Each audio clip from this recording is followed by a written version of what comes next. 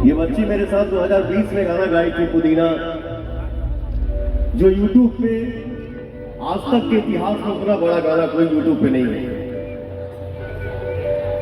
Million होता है ना, बट वो पुदीना गाना इतना सस्ता गाना, छुप के सेटिंग करना, ठेला पे पवन सिंह, एक लुंगी और एक गंजी है, 3 बिलियन प्लस गाना है यूट्यूब पे।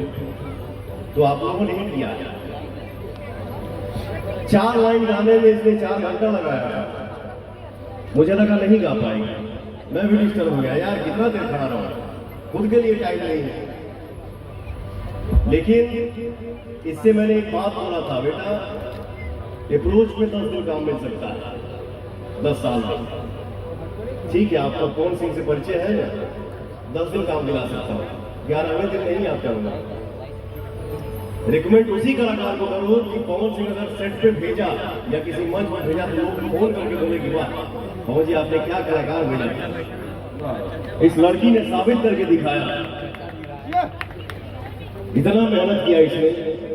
आज कहीं भी हम बैठते हैं और कोई चर्चा करता है कि सर आपके साथ एक लड़की गाती है, आज के डेट में